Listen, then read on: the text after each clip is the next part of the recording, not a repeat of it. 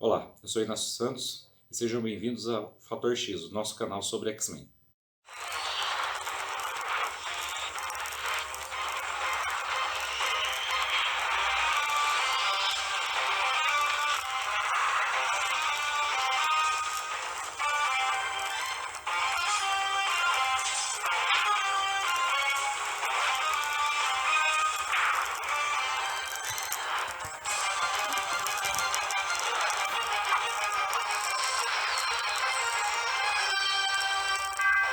Esse vídeo de hoje é um vídeo extra, estou fazendo ele sobre os pedidos que alguns dos inscritos do canal fizeram nos comentários de vídeos anteriores. Eu vou falar aqui rapidamente de duas sagas que não estão no top 10 que nós listamos lá no primeiro vídeo do canal, mas que com certeza se fosse um top 15 elas estariam dentro. São duas histórias muito boas, duas fases muito boas dos X-Men, né? E que eu gostaria de dividir aqui com vocês minhas opiniões. X-Men de Roy Thomas e Neal Adams e Aliança Falange. Os X-Men de Neal Adams. Cronologicamente a mais antiga, porque eu não vou entrar no mérito de qual das duas é a melhor. Os X-Men de Neal Adams era uma fase muito boa, que tinha tudo para ir para frente. Infelizmente, ela é prejudicada por como funcionava o mercado americano na época do seu lançamento. O que aconteceu? As revistas em quadrinhos elas iam para as bancas, através de distribuidoras, ficavam nas bancas um tempo, eram recolhidas, e não era como hoje, que tinha internet e outros veículos de comunicação que permitiam a você saber se as suas revistas tinham vendido bem. As editoras só iam ter certeza disso quando a distribuidora repassasse, após retirar as revistas das bancas, as revistas que foram devolvidas, que não venderam, e não ter mais para onde passá-las, porque como a distribuição era setorizada, né, a revista saía dessa banca e ainda ia para outra, e para outra ia levar um tempo para igualar o retorno, para você saber exatamente o quanto foi vendido. Por que eu estou dizendo isso? Porque os X-Men tiveram uma fase muito boa com Stan Lee e Jack Kirby à sua frente. É aquela fase com os X-Men, os 5 X-Men originais, todos com uniforme igual, amarelo e azul, e que membros ocasionais participavam da equipe, como o Mímico, por exemplo, mas principalmente, né, os membros mesmo da equipe eram os 5, os 5 originais e o Professor X. Ciclope, Jean Grey, Homem de Gelo, Fera e Anjo. Bom, o que aconteceu?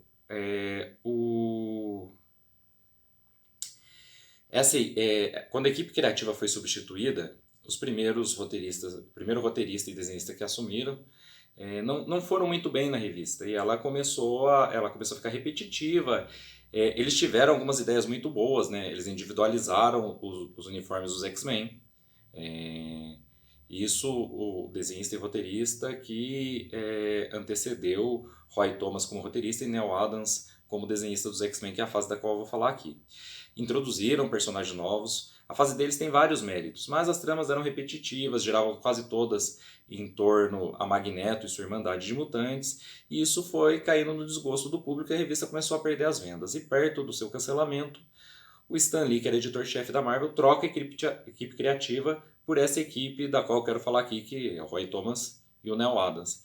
E eles são espetaculares. O problema é que o resultado, as vendas, né, o resultado que o mercado avalia, que a editora avalia, só foram chegar de que as revistas estão vendendo bem sob o tacão desses dois, só foram chegar depois que a revista já tinha sido cancelada no número 67. O que é muito, muito triste, porque eles estavam escrevendo muito bem, né? Eles têm 2 arcos que inclusive você encontra hoje em dia encadernados pela Salvat: A Sombra de Sauron e Crepúsculo dos Mutantes.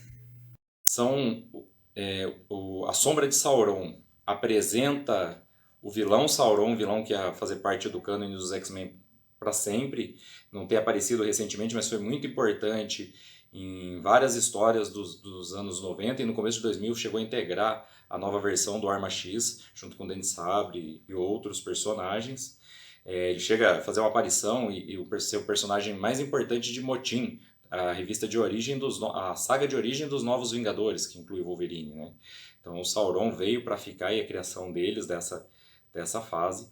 Outros personagens criados na fase anterior, como eu disse, a fase anterior tinha alguns méritos, o Arnold Drake era o roteirista da fase anterior, como o Alex Summers, o Destrutor, e a Polaris, que foi inicialmente apresentada como filho do Magneto, mas depois foi desmentido, e hoje é a filha oficial do Magneto mesmo nos quadrinhos, ganharam dimensões mais importantes e passaram a integrar de verdade a equipe na fase do Neal Adams, né? Tendo muito destaque, inclusive, no arco que você encontra no encadernado O Crepúsculo dos Mutantes.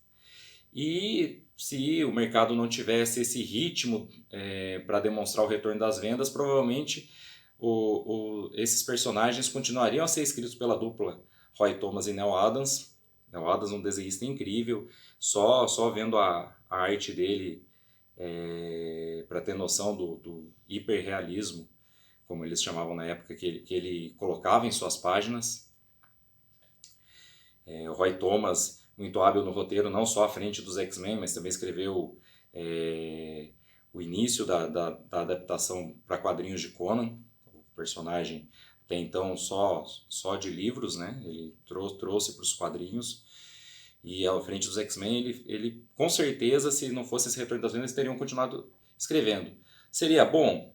Muito provavelmente, mas nós não passaríamos por aquilo que revolucionou de vez os X-Men, que é a segunda Gênese, que é a história em quadrinhos escrita por Len Wein e desenhada pelo Dave Crocun, que introduziu os personagens até hoje mais populares da equipe, que eu sempre falo e que com certeza vocês estão carecas de saber quem são pelo cinema, pelas animações, Wolverine, Tempestade, Noturno, Colossus, tudo isso veio da fase seguinte.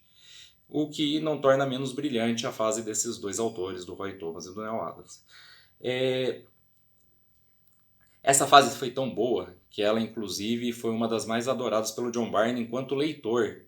E ele também teve a oportunidade de, mais adiante na Marvel, iniciar um projeto que ele queria há muito tempo, que infelizmente foi cancelado antes do seu final, mas que chegou a ser publicado algumas edições no Brasil e traduzida como Anos Incríveis. Por quê? É bem engraçado o que a Marvel fez. Quando a revista parou, quando a Marvel achou que a revista tinha parado de vender, ela não cancelou ela automaticamente. Ela continuou sua numeração e continuou reprisando histórias em quadrinhos que tinham feito sucesso da fase anterior, inclusive do Neal Adams. Então a numeração continuava, mas as histórias em quadrinhos eram de revistas que já tinham sido vendidas pela Marvel, né? Uma coisa que não se faz, é impensável hoje em dia. E o John Byrne se propôs a escrever esses números que só reprisavam, o que aconteceu com os X-Men nesses números. E ele escreveu uma fase que foi chamada de Os Anos Incríveis. Eu já vi também gente traduzir como Os Anos Perdidos, né? E eram histórias perdidas mesmo dos X-Men, da continuação da fase do Neal Adams, até um pouco antes da aventura de Krakoa, publicada em Giant Size X-Men número 1 nos Estados Unidos, e que foi a que fez a troca geracional da equipe, fez os X-Men originais com suas mudanças, promovidas tanto pelo Roy Thomas como roteirista e antes pelo Arnold Drake, ser sucedida pela equipe com Wolverine, Tempestade, os personagens que eu já citei aqui. Bom, essa é a primeira das sagas, como eu disse para vocês, esse é um vídeo rápido, eu pretendo, a depender aí de como vocês se manifestarem, voltar a essas sagas mais à frente, após terminar o top 10, mas agora eu vou falar da segunda, a segunda saga também muito importante para os X-Men, mas já um daqueles mega eventos dos anos 90, vários deles estão no nosso top 10. Estou falando de Aliança Falange, um mega crossover de todas as equipes mutantes. Aliança Falange, como é tradição nos eventos dos X-Men, é uma história que vem pegando elementos deixados ao longo de anos nas revistas em quadrinhos, personagens que estão esquecidos, mas que você os conhece das outras sagas, e ligando todos eles de uma vez e trazendo tudo à tona num único golpe, todas aquelas pontas soltas, tudo o que aconteceu com o personagem tal que a gente não vê mais, o que aconteceu com os restos mortais de outro personagem que morreu naquela saga, tudo isso vem, se junta, e eles vêm também bem ao estilo Chris Claremont, o Scott Lobdell à frente dos X-Men, há algum tempo, mas plantando pequenas sementes em várias edições até que de repente culmina no evento. Aliança Falange reuniu todas as equipes mutantes que tinham publicações na época e os personagens solo que tinham suas revistas. Bom, existia um personagem, um alienígena, que fazia parte dos Novos Mutantes, o Airlock. Não esse Airlock, esse outro Airlock aqui. Esse ser é feito, ele é tecno-orgânico, ele é como se fosse um robô, mas os seus componentes são vivos. E ele tem a habilidade de infectar as pessoas com seu material tecno-orgânico. Inclusive, na formação dos Novos Mutantes, da qual ele fez parte, todos eles tinham poderes ofensivos razoáveis, ou com grande potencial para defesa, exceto por um, o Douglas Hansen, o Cifra, que tinha a habilidade de entender e interpretar qualquer linguagem. E ele se tornou o melhor amigo do Airlock. O Airlock vivia assumindo a forma, porque ele também podia mudar de forma com a fluidez do seu corpo tecno-orgânico, vivia se tornando armaduras, equipamentos para proteger o Cifra. Bom, os dois personagens morreram em momentos distintos. O Cifra durante o evento A Queda dos Mutantes, nos anos 80, e o Airlock durante o programa de extermínio, que vai ter vídeo aqui no canal na série Top 10 Histórias dos X-Men.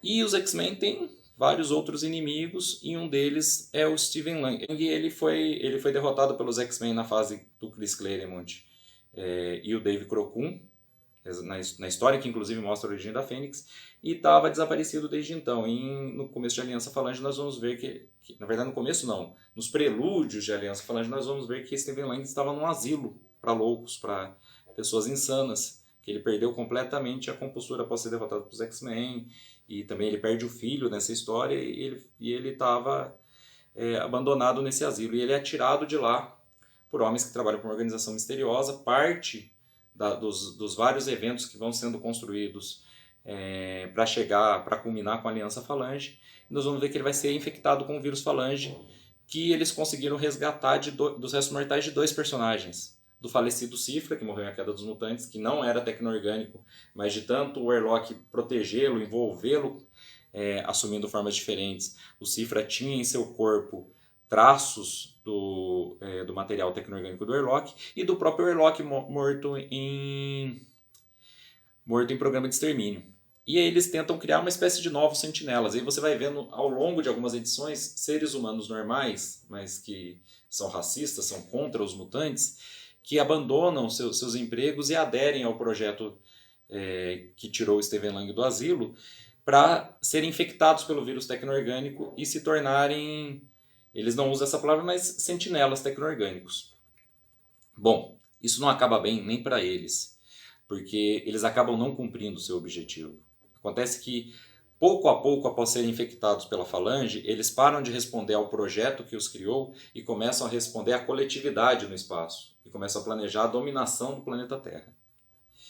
O Steven Lang se dá conta disso, ele está infectado apenas parcialmente com o vírus Falange, e ele começa, inclusive, a tramar a derrocada da Falange antes que ela domine o planeta Terra.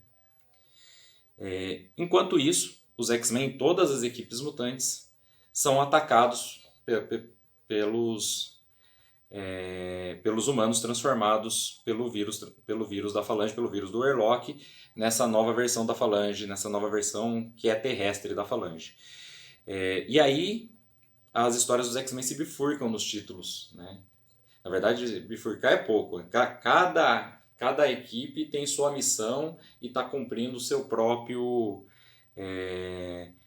intento para derrotar a Aliança Falange. Então, o Wolverine, em sua revista, vai se juntar com o Ciclope, a Jean e o Cable, e a história, inclusive, vai continuar na revista do Cable, ou começar na revista do Cable e continuar para a do Wolverine, não tenho muita certeza nesse momento, e eles vão cumprir uma missão, eles vão até a Ilha Muir, tentar impedir um foco da Falange de se consolidar e de assimilar, e de descobrir como assimilar mutantes.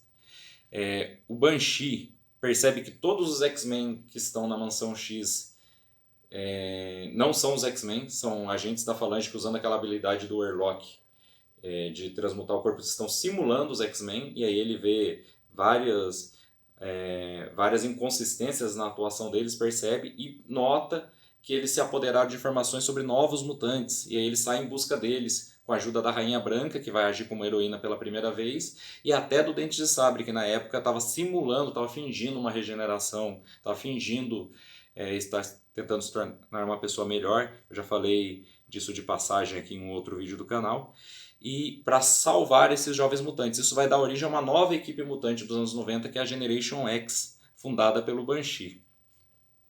Vou fazer um link pequeno aqui com o vídeo do Bishop. O Bishop, quando vê o Banshee pela primeira vez vindo do seu futuro, eu falei do Bishop no vídeo sobre o Bishop, um pouco no vídeo do Massacre, ele diz que o Banshee é o pai e professor da nova geração. E até isso a gente vai ver em Aliança Falange se concretizando, e é de anos antes, quando o Bishop fez uma das suas primeiras aparições vindo do futuro e se integrando aos X-Men. Queria só ver como a edição, os roteiristas dos X-Men dessa fase dos anos 90 eram minuciosos em amarrar pontas soltas.